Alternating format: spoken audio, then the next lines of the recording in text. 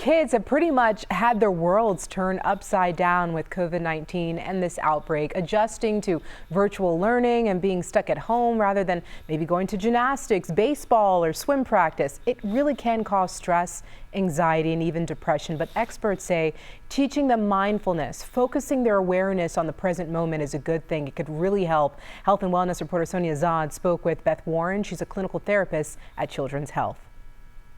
You know, we're talking about this concept known as mindfulness, and this isn't anything that's new, but we're hearing more about it, especially as it relates to adults. So how do we transfer sort of what we know for adults into a practice for children? So basically the same techniques are the same. We just have to break it down a little bit more for children. Depending on the age group of the child.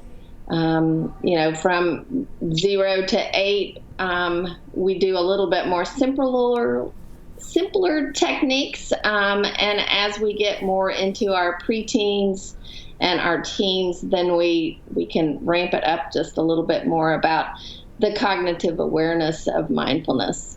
And I know some parents will go, oh gosh, my 5-year-old would not sit still. There's no way this would work. But that's sort of the point, right? I mean, this helps them with focus, with patience, with concentration. Yes, it does.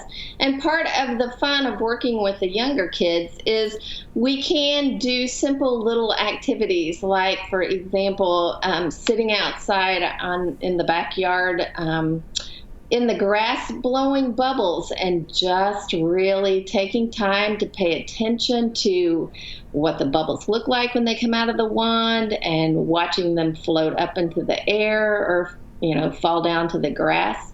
That's, you know, a calming, soothing, slow activity, and children usually do love blowing bubbles and playing with bubbles. So that would be one technique you could use. Right. Well, and I love that you mentioned nature. And I think this takes also the parents out of, you know, their indoor sort of environment and forces the parents to be out in nature and to slow down as well. So like a dual benefit there. It does. It does. And some of the most common techniques that we use with kids is actually being outside, getting that fresh air, getting that sunshine, and really focusing on the beauty that is immediately around them. You know, how green are the trees and how blue is the sky. And I love your idea about mindfulness where it relates to eating meals. Can you talk a little bit about that?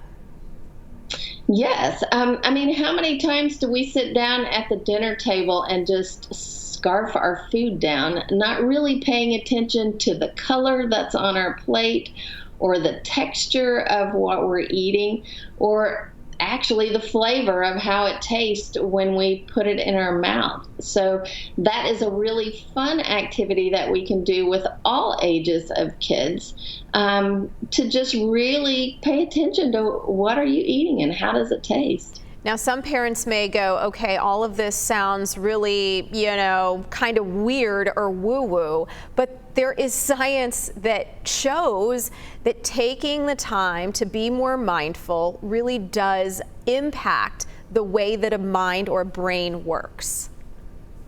It does. It does. And this, you know, we live in a very fast-paced, hectic world, and sometimes just taking the simple little day-to-day routines that we do and really focusing and being attentive to what we are doing and being present while we're doing it really can reduce our stress and our anxiety. Yeah, which is so important, especially now as children are sort of navigating all of these new normals in their lives. Beth, thank you so much for sharing a little bit of time with us. Absolutely. I appreciate it. Thank you so much for inviting me.